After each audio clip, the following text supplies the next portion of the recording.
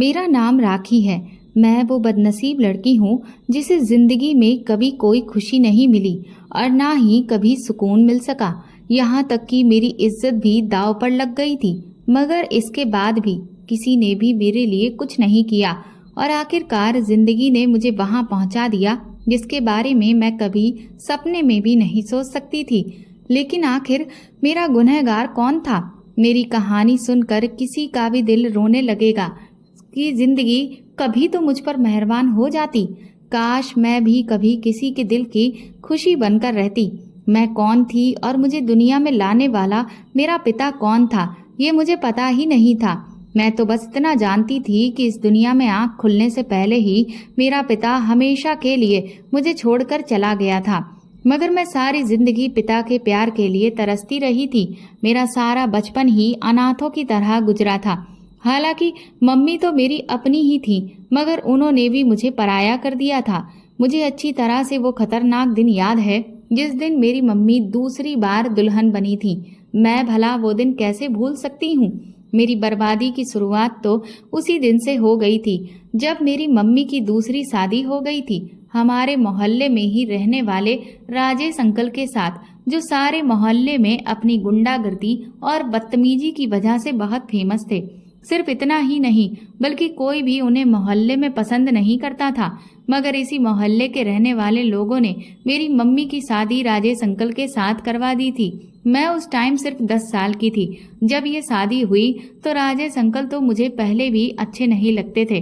वो एक पांव से लंगड़ाकर चलते थे, जिसकी वजह से हर टाइम उनके हाथ में एक लाठी रहती थी और वो रास्ते में करीब से गुजरते हुए बच्चों को अक्सर अपनी लाठी से मार दिया करते थे।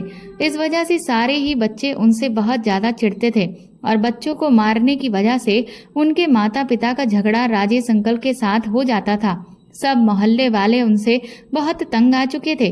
कोई भी ये नहीं चाहता था कि वो इस मोहल्ले में रहें, मगर उनका अपना घर हमारी गली में बना हुआ था, जिसकी वजह से कोई जोर जबरदस्ती करके उन्हें यहाँ से निकाल नहीं सकता था और वो किसी भी हाल में अपना मकान बेचने के लिए राजी नहीं होते थे, क्योंकि उनका इस दुनिया में कोई भी नहीं था। सिर्फ बूढ़ी माँ थी जो घर संभालती थी और अपने बेटे के सर पर सहरा बांधने का सपना देखा करती थी। राजेश अंकल शुरू से ही काफी लड़ाई झगड़े वाले बिहेवियर की थे, मगर 23 साल की उम्र में एक रोड एक्सीडेंट की वजह से उनका एक पैर बुरी तरह से जख्मी हो गया था और लोगों ने उन्हें लंगड़ा लंगड़ा कहकर पुकारना शुरू कर दिया था। इस बात से तो वो बहुत ज्यादा चिड़चिड़े हो गए थे, यहाँ तक कि छोटी छोटी बातों पर वो लोगों को गाली तक देने पर उतर आते थे। तो एक्सीडेंट के बाद भी वो उसी दुकान पर काम करते रहे जहाँ पर वो पहले किया करते थे। वो एक बड़े से जनरल स्टोर के मालिक थे और अपने घर के अकेले ही कमाने वाले थे। लाचार होने के कुछ महीनों बाद तक तो उन्होंने घर से बाहर निकलना ही छोड़ दिया था।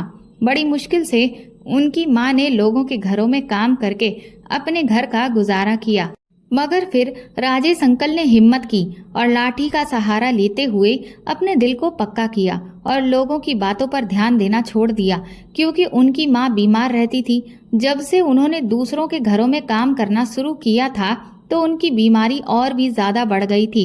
इस वजह से राजेश अंकल ने अपनी माँ को घर बिठा दिया और खुद पहले की तरह काम पर जाने लगे थे। मगर बहुत कोशिश के बाद भी राजेश अंकल की माँ की शादी नहीं करवा सकी, क्योंकि मोहल्ले और उनके आसपास के रहने वाले लोग राजेश अंकल के बिहेवियर को अच्छी तरह जानते थे और फिर वो इतना ज्यादा कमाते भी नहीं थे कि उनको उनके गलत बिहेवियर को इग्नोर करके कोई अपनी बेटी का रिश्ता उनके साथ कर दे। मगर जिंदगी तो इसी तरह से नहीं गुजारी जा सकती थी। आखिरकार राजेश अंकल की मम्मी की बहुत ज्यादा कोशिशों के बाद एक बहुत ही गरीब घर की लड़की के साथ राजेश अंकल का रिश्ता तय हो गया। इस शादी से राजेश अंकल बहुत खुश थे और उनकी माँ भी अपने बेटे को दूल्हा बनते हुए देखना चाहती थी। उन्होंने बड़े अरमानों के साथ अपने बेटे की शादी के इंतजाम की और बहुत खूब धूमधाम के साथ अपने घर अपनी बहू ले आई। अंकल की पत्नी को देखा तो वो सब लोग हैरान थे, क्योंकि उनकी पत्नी तो बहुत ज्यादा खूबसूरत और गोरी चिट्टी और बिल्कुल ही सही सलामत थी। मतलब कि उनमें कोई भी ऐसी कमी नहीं थी। कोई भी माँ बाप अपनी बेटी की शादी राजेश अंकल जैसे आदमी के साथ कर दे मोहल्ले वालों का ये ख्याल था कि लड़की वालों ने इनका घर बार देखते हुए भी अपनी बेटी राजेश अंकल को दे दी, वरना ऐसा कौन था जो इस तरह से अपनी बेटी को नर्क में धकेल सकता था। इसी तरह राजेश अंकल भी अपनी किस्मत पर बहुत ही घमंड कर रहे थे कि उन्हें बैठे बिठाए इतनी खूबसूरत पत्नी मिल गई। मगर हर चमकने वाली चीज सोना नहीं होती, बल्कि इसी तरह से राजेश अंकल की खूबसूरत और खूबियों से भरपूर पत्नी वो नहीं थी जो सबको नजर आती थी। शादी के शुरू के दिनों में तो कुछ दिन तक वो थोड़ी बहुत ठीक रही, क्योंकि उनके घर में हर वक्त उनके साथ उनकी सास मौजूद रहती थी। इस वजह से वो बेचारी खुलकर किसी के सामने नहीं आ सकी, और ना ही राजेश अंकल की पत्नी को किसी ने घर से बाहर आते जाते हुए देखा था। बाहर के सारे काम काज तो राजेश अंकल ही देखा करते थे, या फिर उनकी माँ खुद सारे काम किया करती थी। मोहल्ले वालों को भी राजेश अंकल की शादी के बाद काफी सुकून हो गया था, क्योंकि शादी के बाद राजेश अंकल का बिहेवियर काफी कुछ बदल गया था। वो पहले की तरह ना तो किसी से बदतमीजी करते थे और ना ही किसी से झगड़ा करते थे, और तो और उन्होंने बच्चों को भी डांटना बंद कर दिया था। सबको यही लगने लगा था कि शायद अब वो हमेशा ऐसे ही बनकर रहेंगे। लेकिन राजेश अंकल की जिंदगी में शादी के बाद पहला तूफान तो तब आया जब उनकी माँ का अचानक देहांत हो गया था। वो बेचारी बहुत बीमार हो गई थी। वो शायद बाथरूम जाने के लिए अपने बिस्तर से उठी, किसी तरह से उनका पैर फिसल गया और वो जमीन पर गिर गईं। फिर उन्हें दोबारा होश ही नहीं आया और वो इस दुनिया को छोड़कर चली गईं। उस दिन पहली बार राजेश अंकल को लोगों ने रोता हुआ देखा, और तो और उनको तसल्ली भी दी। मगर कुछ दिन के बाद ही राजेश अंकल के घर से लड़ाई झगड़ों की आवाजें आनी शुरू हो गई थी। मोहल्ले के लोग कहते थे राजेश अंकल की पत्नी उनसे बहुत लड़ाइयाँ करती हैं, और इस वजह से ही राजेश को भी बहुत गुस्सा आता है। यहाँ तक कि वो अपनी पत्नी पर हाथ भी उठाने लगे थे। अब तो आसपास के लोगों ने दिन और रात के किसी भी टाइम पर मारपीट की आवाजें भी सुनी थी। दोनों पति पत्नी के झगड़े की आवाजें जोर जोर से सुनाई देती थी। पर इस बात को कंफर्म राजेश अंकल के पड़ोस में रहने वाले शर्मा अंकल ने किया था। उनकी पत्नी ने एक दिन खुद अपने कानों से ये सुना था कि राजेश अपनी पत्नी से कह रहा था कि तूने ही मेरी माँ को जमीन पर धक्का दिया था, तभी तो वो मर गई, क्योंकि तू उन्हें मारना चाहती थी। उनके होते हुए तू इस घर पर अपना राज नहीं जमा सकती थी ना, और ना ही तेरी कोई मर्जी पूरी हो रही थी, जो अब तू उनके मरने के बाद पूरी करती है। ये बातें शर्मा अंकल की पत्नी ने पूरे मोहल्ले में फैला दी। फिर ऐसा वक्त आया जब राजेश अंकल की गैर मौजूदगी में उनकी पत्नी घर से बाहर भी जाने लगी। जब लोगों ने ये बात राजेश अंकल को बताई तो उन्होंने काम पर घर से बाहर जाते हुए अपने घर के दरवाजे पर ताला लगाना शुरू कर दिया। और फिर एक रात कुछ ऐसा हुआ कि राजेश अंकल ने किसी को अपने घर में उनकी पत्नी के साथ देख लिया, और उसी टाइम राजेश अंकल ने अपनी पत्नी को घर से भी निकाल दिया और उनको तलाक भी दे दिया। लेकिन वो इतनी बेशरम औरत थी कि वो अपने प्रेमी के साथ उसी वक्त घर छोड़कर खुशी खुशी चली गई। शायद ये सब कुछ उसने पहले से ही प्लान किया हुआ था, क्योंकि कुछ दिन बाद ही सारी सच्चाई सबके सामने आ गई थी। दरअसल राजेश अंकल की पत्नी को शादी से पहले किसी से उनका रिश्ता था, और वो अपने प्रेमी के साथ घर से भाग गई थी। फिर उन्हें लड़की के घर वालों ने बहुत तलाश किया और वापस घर ले आए थे, और उसके फौरन बाद उन लोगों ने अपनी बेटी की शादी राजेश अंकल से करवा दी थी, ताकि उनकी इज्जत भी बच जाए, उनकी बेटी का घर भी बच जाए। लेकिन वो लोग हमारे मोहल्ले में रहने वाले नहीं थे, इसलिए ये बात किसी को पहले से पता ही नहीं चल सकी। मगर राजेश अंकल की शादी के बाद भी वो लड़का उनके घर उनकी पत्नी से मिलने आने लगा था, जो पहले राजेश अंकल की माँ की मौजूदगी की वजह से नहीं आ पाता था। और शायद ये बात भी सच थी कि राजेश अंकल की पत्नी ने अपनी सास को खुद ही धक्का देकर मार दिया था, और तो और वो खाने में भी उनको कुछ ऐसा मिलाकर दे रही थी कि उनकी तबीयत खराब रहने लगी थी। इस हादसे ने राजेश अंकल को अंदर से तोड़कर रख दिया था, और उनका औरतों से भरोसा ही उठ गया था। मोहल्ले वालों को राजेश अंकल से बहुत ही हमदर्दी हो गई थी, मगर इस हमदर्दी को भी वो गलत समझने लगे थे। और अब तो राजेश अंकल पहले से भी और ज्यादा चिड़चिड़े हो गए थे, क्योंकि उन्हें लगता था कि लोग उनका मजाक बनाते हैं और उन पर हंसने लगते हैं। मगर ऐसा कुछ भी नहीं था, क्योंकि जो कुछ भी हुआ था राजेश अंकल की ना तो उसमें कोई गलती थी और ना ही उनका कोई कसूर था। मगर जिस इंसान पर एक साथ इतनी परेशानियां टूट पड़े, उसे कुछ होश रहता ही कब है। उसे पता ही नहीं चलता कि वो क्या सही कर रहा है और क्या गलत करता जा रहा है। यही सब कुछ राजेश अंकल के साथ भी हो रहा था। पहले उनकी माँ की मौत और फिर पत्नी की उनके साथ बेवफाई ने उनको एक बार फिर से ऐसा इंसान बना दिया था जिस इंसान को कोई पसंद नहीं करता था। अंकल की तरह ऐसे ही कुछ कहानी मेरी मम्मी की भी थी। मेरी मम्मी जो इस मोहल्ले में नई दुल्हन बनकर आई थी। मेरी मम्मी एक बहुत ही गरीब फैमिली से बिलोंग करती थी। जब मेरे नाना का देहांत हो गया, उस समय मेरी मम्मी की उम्र 18 साल की थी और वो अपनी बूढ़ी माँ के साथ घर में अकेली रह गई थी। मेरी नानी ने दूसरों के घरों में काम करके अपना गुजारा करना शुरू कर दिया था। मेरे पापा एक मैकेनिक थे। उन्होंने ये काम अपने शौक की वजह से बहुत ही कम उम्र में सीखना शुरू कर दिया था। इसीलिए मेरे पापा वक्त गुजरने के साथ साथ एक बहुत बेहतरीन मैकेनिक बन गए थे और एक बहुत बड़ी दुकान पर वो काम करते थे, जिसकी वजह से घर की व्यवस्था बहुत अच्छे से चल रही थी। फिर मेरे पापा की शादी की तैयारियां शुरू हो गईं और उनका रिश्ता मेरी मम्मी के साथ फिक्स हो गया। दादा दादी जब मेरी मम्मी को अपने घर लेकर आए थे तो दादी ने मेरी मम्मी को अपनी तरह ही गृहस्थी सिखाने की कोशिश शुरू कर दी थी। मेरी मम्मी ने भी पूरी कोशिश करके अपनी सास के बताए हुए नियमों का पालन किया और उनके हिसाब से अपने काम को बहुत तौर तरीकों से बहुत ही जल्दी उनके साथ सीख लिया था। लेकिन मेरी मम्मी को अपनी माँ की तरफ से बहुत परेशानी रहती थी। इसीलिए मेरे दादा दादी ने मम्मी से खुद कहा कि तुम अपनी बूढ़ी माँ को अपने साथ यहीं पर ले आओ और उनकी सेवा करो। इस तरह मेरी नानी भी मेरी मम्मी के घर पर आकर रहने लग गई थी। मगर 2 साल के बाद ही मेरी नानी का देहांत हो गया। उनके जाने के बाद मम्मी का इस दुनिया में कोई नहीं रहा था। दूर के कुछ रिश्तेदार थे जो बहुत पहले ही उनको अकेला छोड़ चुके थे। उनके लिए जो कुछ भी थे मेरे पापा और उनके ससुराल वाले ही थे। मम्मी और पापा की शादी को पूरे 3 साल हो गए थे, मगर अभी तक उनको कोई गुड न्यूज नहीं मिली थी।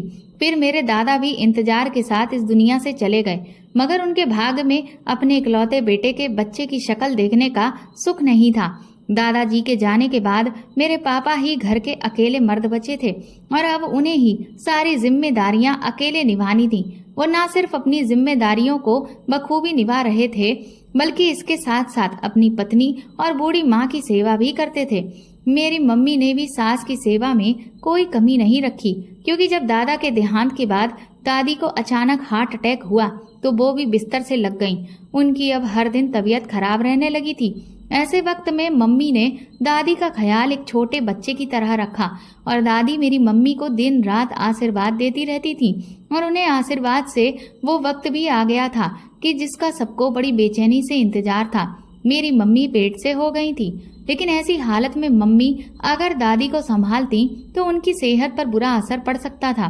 पापा ने कुछ महीना मम्मी की सहूलियत के लिए और दादी की देखभाल करने के लिए एक नर्स का इंतजाम कर दिया, जो हर टाइम दादी के साथ उनके कमरे में रहती थी। और पापा ने उस बढ़े हुए खर्च को एडजस्ट करने के लिए डबल शिफ्ट लगाना शुरू कर दिया था। उन्होंने खूब मेहनत की और अपने दिन रात एक एक कर दिए, मगर वो अपने घर वालों को किसी चीज की कमी का एहसास नहीं होने देना चाहते थे। जैसे मेरे जन्म का वक्त करीब आता गया, मेरी मम्मी और पापा की आंखों में सपने भी सजने लगे थे, मगर उन्हें क्या पता था कि उनके सारे सपने सच होने से पहले टूटने वाले हैं। वो सर्दियों की ठंडी रात थी जब अचानक मेरी दादी की तबीयत बहुत बिगड़ गई तो पापा उन्हें अस्पताल लेकर जा रहे थे। जैसे जैसे दादी की सांस उखड़ रही थी, मेरे पापा का दिल भी उदास होता चला जा रहा था। पता नहीं कि उन्हें ये अंदाजा हो गया था कि उनकी माँ उनका साथ छोड़कर जाने वाली है। वो गाड़ी वाले को और तेज गाड़ी चलाने के लिए कहने लगे, लेकिन तभी अचानक गाड़ी का एक्सीडेंट इतना बुरा हुआ कि कोई भी नहीं बच सका था। मम्मी को जब ये खबर मिली तो वह बेहोश होकर गिर गई थी, क्योंकि ये दुख बहुत बड़ा था। माँ जैसी सास के साथ साथ उनकी जिंदगी का इकलौता सहारा भी उनसे छिन गया था। उन्होंने तो ये सोचा तक नहीं था कि उनका सुहाग इस तरह से उजड़ जाएगा। मम्मी की हालत बहुत खराब होती जा रही थी। वो अस्पताल में एडमिट थी और उनके पास एक पड़ोसन हॉस्पिटल में रहती थी, जो मम्मी की देखभाल भी कर रही थी और अब उनकी हालत देखकर दिल से परेशान भी थी। बड़ी मुश्किल से 2-3 दिन तक मम्मी की हालत संभलने में लगी थी। वो पड़ोसन मम्मी को अस्पताल से घर लेकर चली गईं, मगर उसके बाद मेरी मम्मी ने हंसना बोलना बिल्कुल ही छोड़ दिया था। मम्मी को समझ नहीं आ रहा था कि वो जाने वालों का दुख मनाएं या फिर आने वाली जिंदगी के बारे में सोचें, जिसका भी दुनिया में मम्मी के सिवा कोई और सहारा नहीं था। ये सब सोचते सोचते हर टाइम मम्मी को परेशानी होती रहती थी। अगर मोहल्ले की औरतें मम्मी का साथ नहीं देती तो शायद वो खुद अपने हाथों से ही अपनी जिंदगी को खत्म कर लेती। उस समय पड़ोस में रहने वाली सुनीता आंटी ने मम्मी को बिल्कुल बड़ी बहन की तरह समझाया भी और संभाला भी था। मम्मी ने सिर्फ और सिर्फ अपने आने वाले बच्चे की खातिर जिंदा रहने का फैसला किया और दिल पर पत्थर रख लिया, मगर वो ये नहीं जानती थी कि आगे चलकर कौन कौन से तूफान उनके और उनकी बच्ची की जिंदगी में आने वाले हैं। जैसे तैसे 9 महीने पूरे हुए, मैं दुनिया में आ गई थी। मेरे जन्म पर खुशियां मनाने वाले तो सब लोग दुनिया से जा चुके थे, जिस पर मेरी मम्मी भी ठीक से खुश नहीं हो पाई थी, क्योंकि उन्हें जाने वालों की याद सताने लगी और आने वाले टाइम की परेशानी के बारे में सोच सोच कर मेरी मम्मी का दिमाग खराब हो रहा था। इन्हीं हालात में उन्होंने मुझे पालना शुरू कर दिया था। छोटा सा वो घर जिसमें मेरी मम्मी शादी करके आई थी, इस घर के ऊपर का पोर्शन मोहल्ले वालों की मदद से किराए पर देने के काबिल बना लिया गया था और फिर सुनीता आंटी के पति ने ही हमारे घर का ऊपर वाला हिस्सा किराए पर भी दे दिया था, ताकि हर महीने मिलने वाले किराए की मदद से हमारा गुजारा हो सके। मगर सिर्फ किराए से जिंदगी कहाँ काटी जा सकती थी, इसलिए मम्मी मोहल्ले वालों की मदद लेने पर भी मजबूर हो गई थी। कोई भी उन्हें अपनी खुशी से कपड़े पैसे देकर चला जाता था। मम्मी दिल पर पत्थर रखकर वो सामान लेती और बहुत रोती रहती थी, क्योंकि अब उसके सिवाय उनके पास कोई चारा भी नहीं था। मेरी 26 साल की जवान मम्मी पर अब अपने अलावा एक बेटी का बोझ भी था, जिसे उन्हें खुद ही उठाना था, संभालना था। अगर सुनीता आंटी साथ नहीं देती तो शायद मेरी मम्मी कभी इतनी हिम्मत नहीं कर पाती। लेकिन सच कहते हैं कि जिंदगी सब कुछ सिखा देती है। मेरी वो मम्मी जो पति की मौजूदगी में कभी घर से बाहर तक नहीं निकली थी, अब उन्हें छोटी छोटी जरूरतों के लिए घर से बाहर निकलना पड़ जाता था। सब्जी से लेकर दवाई और जरूरत का हर सामान मम्मी को खुद ही लाना पड़ता था। शुरू के दिनों में सुनीता आंटी का बेटा या फिर पति सामान ला दिया करते थे, मगर मम्मी को ये सब अच्छा नहीं लगता था कि वो हर टाइम अपनी वजह से दूसरों को परेशान करती रहें। और आखिर ऐसा कब तक चलता? सारी जिंदगी तो किसी का बोझ नहीं उठाया जा सकता है। इसलिए मम्मी ने खुद ही हिम्मत की और जितना मुमकिन हो सका था अपना काम खुद करना शुरू कर दिया था, जिसका नतीजा ये निकला था कि मम्मी धीरे धीरे आत्मनिर्भर बन गईं और उन्होंने हालात का सामना करना भी सीख लिया था। धीरे धीरे वक्त गुजरने लगा और मैं स्कूल जाने के काबिल हो गई थी, तो मम्मी ने सुनीता आंटी की मदद से एक सरकारी स्कूल में एडमिशन करवा दिया था, जहां पर फीस का खर्चा भी ज्यादा नहीं था और बुक्स वगैरह भी फ्री में मिल जाती थी। बाकी की मदद मोहल्ले वाले कर दिया करते थे। मैं सुनीता आंटी के पोते और पोती के साथ स्कूल चली जाती थी और उन्हीं के साथ वापस भी आ जाती थी। मगर मेरी जिंदगी में शुरू से ही हर चीज की कमी थी। घर में दादा दादी चाचा बुआ बहन भाई में से किसी भी रिश्ते का मेरे साथ कोई साथ नहीं था और सबसे बड़ा सहारा तो पिता होता है, जो मेरे जन्म से पहले ही मुझसे छिन गया था। मैंने कभी अपने पापा को देखा तक नहीं था और उन दिनों मोबाइल भी नहीं थे कि उसमें पापा की कोई फोटो होती जो मम्मी मुझे दिखाती। एक बार जब मैं 6 साल की थी तो उस वक्त मम्मी ने पुरानी संदूक में से अपनी और पापा की शादी की फोटो निकाल कर मुझे दिखाई थी। तब मैंने उन फोटोज में से एक फोटो को अपने तकिए के नीचे रख लिया, जो मैं रोज देखती और उस फोटो से बातें करती थी। इससे ज्यादा मुझे कुछ पता नहीं था कि मेरे पापा कैसे थे, कौन थे, क्योंकि सिर्फ फोटो देखकर ये नाम जान लेने से तो कुछ नहीं होता। मेरा भी दिल चाहता था कि मेरे भी पापा होते, जैसे मोहल्ले में सब बच्चों के थे। वो सब अपने अपने पापा के साथ दुकान पर चीज लेने के लिए जाते थे, मगर मेरा तो कोई भाई भी नहीं था जिससे मैं चीज मंगवा लेती या जो मुझे स्कूल छोड़ने जाता। दुनिया में सिर्फ मैं एक ही रिश्ता देखा था और वो मेरी माँ थी। लेकिन पता नहीं क्यों मम्मी बहुत उदास और खामोश रहा करती थी। मैंने कभी मम्मी को ठीक से हंसते बोलते भी नहीं देखा था, बल्कि वो तो मुझे भी खेलते हुए सो शोर नहीं करने देती थी। हमेशा मुझे हल्की आवाज बोलने के लिए कहती हैं। थोड़ा सा खेलने के बाद ही मना कर दिया करती थी। ना ही मुझे मम्मी मोहल्ले में किसी के घर जाने देती थी और ना ही किसी के साथ खेलने की परमिशन देती थी। वो तो जब से मैंने स्कूल जाना शुरू किया था तभी से मेरी कुछ सहेलियां बन गई थी और मुझे उनके साथ खेलने का मौका भी मिल जाता था, क्योंकि मैं सुनीता आंटी की पोती के साथ स्कूल चली जाती थी और फिर मैंने ट्यूशन भी जाना शुरू कर दिया था। इसलिए मम्मी मुझे उसके साथ खेलने और चीज लाने के लिए मना नहीं करती थी। मगर मैं जब भी अपनी सहेली के साथ दुकान पर चीज लेने जाती और रास्ते में राजेश अंकल के जो घर हम दोनों के लिए जो रास्ता था जहाँ से गुजरते हुए हमें बहुत डर लगता था, क्योंकि एक बार जब मैं और मेरी सहेली चीज लेने जा रहे थे तो गलती से हम दोनों खेलते खेलते राजेश अंकल के दरवाजे के करीब कुछ देर के लिए रुक गए थे। तभी वो अंदर से निकल आए और हमें बेवजह ही डांट कर वहां से भगा दिया। और एक दिन तो उन्होंने हमें मारने के लिए अपनी लाठी भी उठा ली थी। यही वजह थी कि हम वहां से गुजरते हुए भी डरते थे। मगर एक दिन बहुत ही अजीब सी बात हो गई। मैं स्कूल से वापस आ रही थी कि गली के नुक्कड़ पर राजेश अंकल से मेरी मुलाकात हो गई। मैं हमेशा की तरह उन्हें देखकर भागने लगी तो उन्होंने आवाज देकर मुझे रोक लिया और अपने हाथ में पकड़ा हुआ एक थैला मेरी तरफ बढ़ाकर वो कहने लगे, ये कुछ सामान है, इसको अपनी मम्मी को दे देना। मैंने खामोशी से वो सामान लिया और घर जाकर मम्मी के हवाले कर दिया था। उस थैली में दाल, चावल, आटा और शायद घर का राशन, काफी कुछ सामान था। मम्मी ने यही सोचकर वो सामान रख लिया, क्योंकि मोहल्ले वाले हमेशा मेरी मम्मी को कोई न कोई सामान देते रहते थे, तो राजेश अंकल ने भी इसी वजह से दिया होगा। मगर मम्मी को हैरानी हुई थी, इतने सालों में पहली बार उन्होंने हमारे लिए मदद के लिए कुछ भेजा था। लेकिन इसके बाद हर दूसरे तीसरे दिन यही सब कुछ होने लगा। यहाँ तक कि 1-2 हफ्ते गुजरने के बाद राजेश अंकल दरवाजे पर दस्तक देकर मम्मी को सब्जी भी देकर जाने लगे। शुरू में तो किसी ने इस बात पर कोई ऐतराज नहीं किया, लेकिन फिर एक दिन सुनीता आंटी ने मम्मी से कहा कि इस तरह से राजेश का तुम्हारे दरवाजे पर आना अच्छी बात नहीं है, मोहल्ले वाले तुम्हारे बारे में बातें बनाएंगे। तो मम्मी ने अगले ही दिन राजेश अंकल को दरवाजे पर आने के लिए मना कर दिया। इस बात पर उन्हें बहुत गुस्सा तो आया, मगर वो चुपचाप वहां से चले गए, क्योंकि वो जानते थे कि जरूर ये बात मोहल्ले वालों ने ही कही होगी, वरना किसी की मदद करना तो कोई बुरी बात नहीं है। फिर एक रात ऐसा हुआ कि अचानक से मेरे पेट में दर्द होने लगा और मुझे तेज बुखार भी था, मगर पेट का दर्द रुकने का नाम ही नहीं ले रहा था। मम्मी घर में अकेली थी और बहुत परेशान हो गई।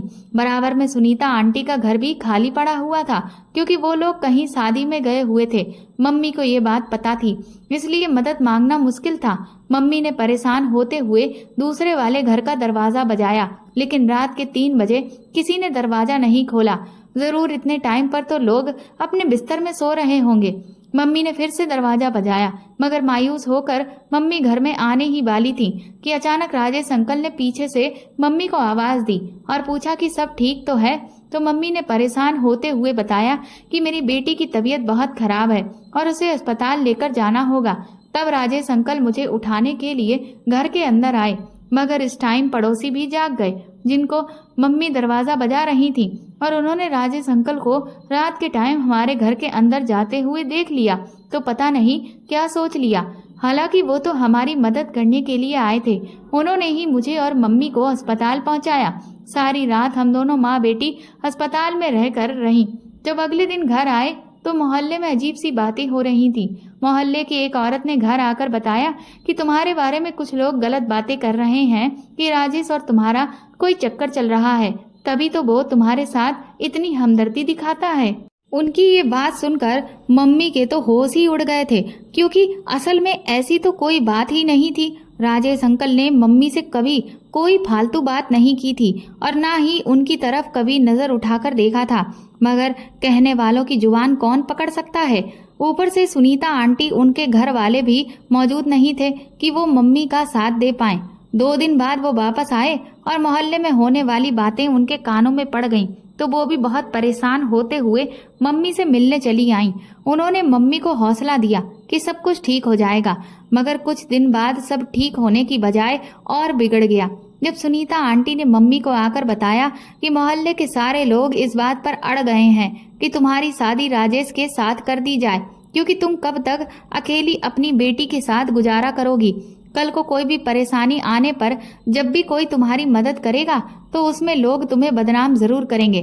सुनीता आंटी की बात सुनकर मम्मी खामोश हो गईं, क्योंकि मम्मी राजेश अंकल से तो क्या किसी से भी शादी नहीं करना चाहती थी, लेकिन सबकी बात और अजीब से बिहेवियर ने मम्मी को मजबूर कर दिया और फिर उन्होंने मोहल्ले वालों की बात मान ली। मेरी मम्मी की तरह राजेश अंकल भी मजबूर हो गए, क्योंकि लोग तो पहले ही उनके खिलाफ थे और उन्हें मोहल्ले में रहने देने पर तैयार भी नहीं थे, जबकि उनका घर तो अपना था, इसीलिए कोई भी उन्हें यहाँ से निकाल नहीं सकता था। मम्मी के साथ जब राजेश अंकल की शादी हो गई तो हम दोनों माँ बेटी अपना घर छोड़कर उनके घर में शिफ्ट हो गए थे। हमारे घर का ऊपर वाला पोर्शन तो पहले से ही किराए पर था। राजेश अंकल के घर जाने के बाद मम्मी ने हमारे घर का नीचे वाला पोर्शन भी किराए पर दे दिया और जिंदगी की नई शुरुआत की। शुरू में तो सब कुछ नॉर्मल ही लग रहा था। रोज की तरह राजेश अंकल अपनी दुकान पर जाते थे और वापस आते हुए घर के लिए राशन भी ले आते थे, जो मम्मी घर में बैठ के घर चलाने के लिए इस्तेमाल करती थी। यहाँ तक कि वो सब्जी भी मम्मी को खुद ही लाकर दिया करते थे। मम्मी को किसी भी काम के लिए बाहर नहीं जाना पड़ता था और मैं पहले की तरह सुनीता आंटी की पोती के साथ स्कूल जाती थी। मुझे राजेश अंकल से बहुत डर लगता था, इसलिए मैं उनसे दूर दूर ही रहती थी, मगर वो मेरे लिए हर चीज लाते और मुझसे बात करने की कोशिश भी करते ताकि मैं उनके साथ अटैच हो सकूं। फिर मम्मी ने भी मुझे कई बार ये बात समझाई थी कि वो तुम्हारे सौतेले ही सही, मगर वो तुम्हारे पिता तो हैं, इसीलिए मैं उनको पापा कहकर पुकारा करूं। मगर मैं उनसे बात ही कब करती थी, ना तो मैं उनसे कभी कोई चीज मांगती थी और ना ही मैं उनके पास जाती थी। मम्मी ने सोचा कि टाइम के साथ साथ मुझे भी आदत हो जाएगी और मैं समझ भी जाऊंगी, मगर इससे पहले कि वक्त बदलता राजेश अंकल की आदतें कुछ बदलने लग गई थी। वो पहले की तरह लड़ाई झगड़ा और गुस्सा तो नहीं करते थे, मगर उन्होंने जुआ खेलना शुरू कर दिया था और ये पता नहीं ये लत उनको कैसे लग गई थी, मगर वो अपनी दुकान से फ्री होने के बाद जुए के अड्डे पर चले जाते थे। मुश्किल से हमारे 2 साल सुकून से गुजर गए थे, मगर जब मम्मी और राजेश अंकल की शादी को हुए 3 साल हो गए तब ये एक नई परेशानी खड़ी हो गई थी। पहले तो मम्मी को ये सब पता नहीं था, क्योंकि राजेश अंकल झूठ बोलते थे कि मैं किसी और की दुकान पर भी काम करता हूँ, लेकिन जब उन्होंने घर में पैसा देना बंद कर दिया तब मम्मी को शक हो गया। मम्मी ने सुनीता आंटी से कहकर जब पता करवाया तो मालूम हुआ कि वो तो जुए की लत में पड़ गए हैं। ये खबर सुनकर मेरी मम्मी बहुत परेशान हो गई थी, क्योंकि वो तो पहले ही हालात की मारी हुई थी, ऊपर से अब मैं भी बड़ी हो रही थी। ऐसे में सौतेले पिता के साथ रहना ठीक नहीं था। अब हमारी बर्बादी के दिन शुरू हो चुके थे, क्योंकि कुछ महीनों के अंदर ही राजेश अंकल ने मम्मी के साथ लड़ना झगड़ना शुरू कर दिया था। वो सारे पैसे जुए में हारने लगे थे और घर में मौजूद कीमती सामान भी बेचकर जुआ खेलने चले जाते थे। मम्मी ने उनको समझाने की बहुत कोशिश की, मगर वो नहीं समझे। इसी परेशानी की वजह से मम्मी का ब्लड प्रेशर एकदम से इतना हाई हो जाता था कि मम्मी को होश ही नहीं रहता था। डॉक्टर ने मम्मी को पाबंदी से दवाई देने की दवा दी थी। राजेश अंकल के साथ साथ रोते रोते जिंदगी गुजर रही थी। उन्होंने कुछ ही महीनों में सब कुछ बर्बाद कर दिया था, यहाँ तक कि उन्होंने अपना मकान भी बेच दिया, जो किसी कीमत पर भी वो बेचने के लिए तैयार नहीं होते थे। मगर अब राजेश अंकल को किसी का कोई ख्याल नहीं था। कुछ साल इसी तरह से गुजर गए थे। मैं भी जवान हो चुकी थी और हालातों को समझने लगी थी। मम्मी की परेशानी मुझे बिल्कुल भी अच्छी नहीं लगती थी। जब राजेश अंकल ने अपना घर बेचा तो हम लोग दोबारा अपने पहले वाले घर में शिफ्ट हो गए थे, मगर राजेश अंकल भी हमारे साथ ही थे और ऊपर वाले पोर्शन से किराया मिलता रहता था। इसी से जिंदगी जैसे तैसे गुजर रही थी। मगर राजेश अंकल कभी कोई काम नहीं करते थे, सारा दिन बस अपने दोस्तों के साथ गुजार देते थे। अब तो ऐसा होने लग गया था कि अक्सर रात को वो घर पर भी नहीं आते थे और मम्मी को मेरी फिक्र सताती थी। मेरी मम्मी ब्लड प्रेशर की मरीज बन चुकी थी और फिर उनको शुगर भी हो गई थी। फिर वो दिन ब दिन कमजोर होती जा रही थी। मैं घर के हालात और अपनी मम्मी की हालत को देखते हुए काम करने की जिद करने लगी। हालांकि 9वीं कक्षा पास करने के बाद मैंने स्कूल छोड़ दिया था और इसके जिम्मेदार भी हमारे हालात ही थे, मगर 9वीं पास लड़की को कोई जॉब नहीं मिल सकती थी।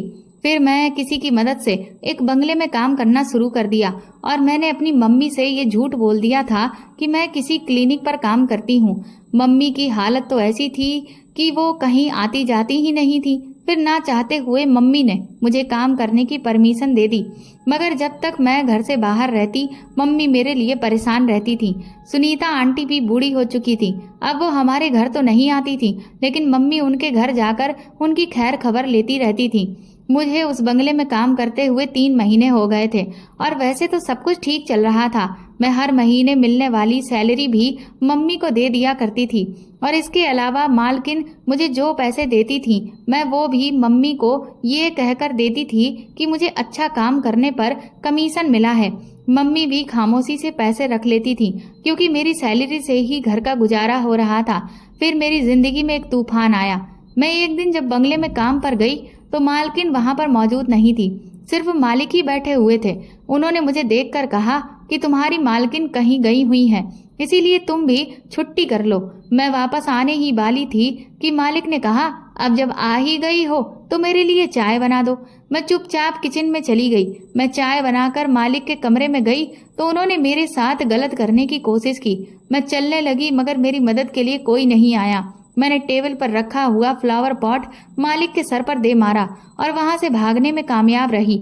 मुझे हैरानी थी कि उस दिन चौकीदार भी अपनी ड्यूटी पर नहीं आया हुआ था। शायद मालिक ने पहले ही सबको छुट्टी दे दी थी और मेरे लिए ये जाल बिछाए हुए वो बैठा था। मैं बड़ी मुश्किल से अपनी इज्जत बचाकर वहां से भागती हुई घर तक आई थी। घर जाते ही मैंने मम्मी को सीने से लगाकर रोना शुरू कर दिया। मेरे हाल को देखकर मम्मी बहुत परेशान हो गई थी। मम्मी मुझे बार बार पूछने लगी, क्या हुआ बेटी? तब मैंने मम्मी को सारी बात सच सच बता दी, मगर मम्मी को यकीन ही नहीं आ रहा था कि मैं सही सलामत आ गई हूँ, क्योंकि मम्मी बहुत ज्यादा डर गई थी। मम्मी मेरी हालत देखकर और बात सुनने के बाद सच में खो गईं। उन्हें ऐसा लग रहा था कि मेरी जिंदगी भी अब अपनी मम्मी की तरह बर्बाद हो जाएगी। उस दिन के बाद मम्मी ने मुझसे खामोश रहने के लिए कहा। मैं खुद भी बहुत ज्यादा डर गई थी।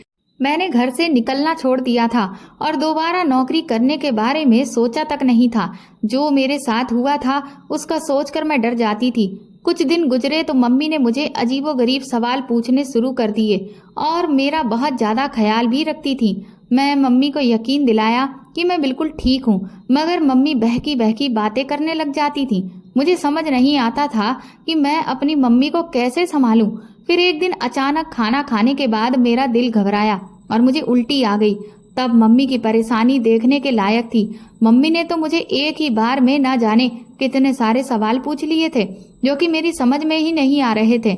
मम्मी ने मुझे अपने कमरे में आराम करने के लिए कहा और खुद सुनीता आंटी के घर चली गई।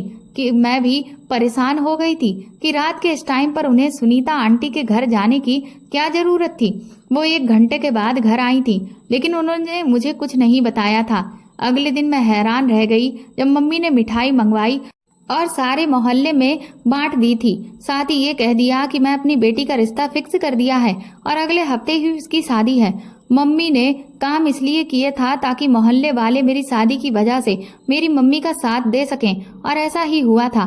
दूसरे दिन मोहल्ले की औरतें हमारे घर आई थीं और मम्मी के हाथ में कुछ पैसे रखकर चली गईं या फिर कोई न कोई सामान ले आईं, मगर मेरी कुछ भी समझ में नहीं आ रहा था कि मम्मी ने किसके साथ मेरी शादी पक्की की है और ऐसा कौन है जो एक ही हफ्ते में मुझसे शादी करने के लिए तैयार हो गया है। मुझे तो लगता था कि मम्मी को मेरे लिए भी राजेश अंकल जैसा ही कोई मिल गया होगा जिसके पल्ले वो मुझे बांधकर मुझसे अपनी जान छुड़ाना चाहती हैं।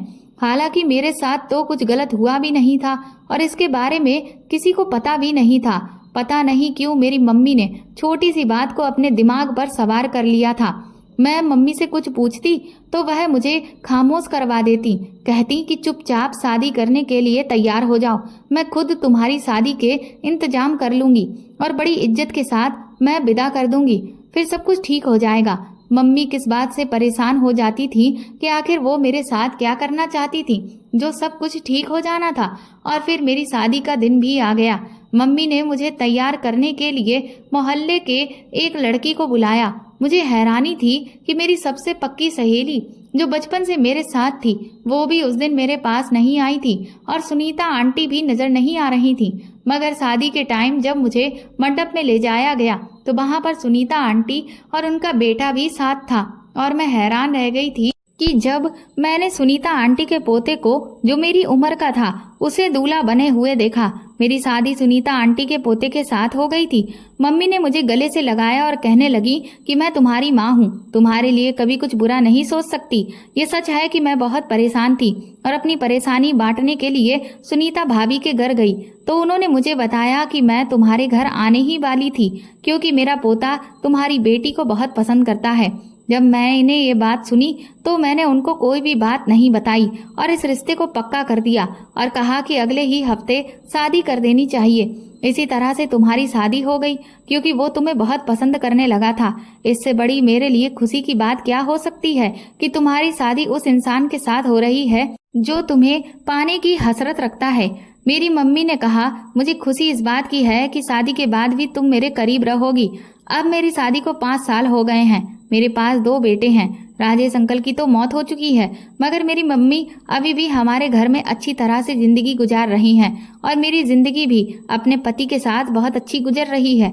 मैं अपनी मम्मी को देखकर सोचती हूँ कि चलो उम्र के आखिरी हिस्से में ही सही मगर उन्हें भी कोई सुख तो नसीब हुआ क्योंकि वो अपनी बेटी के बच्चों के साथ बहुत खुश नजर आती हैं और सुनीता आंटी के बाद वही मेरी मम्मी का सहारा बने हैं।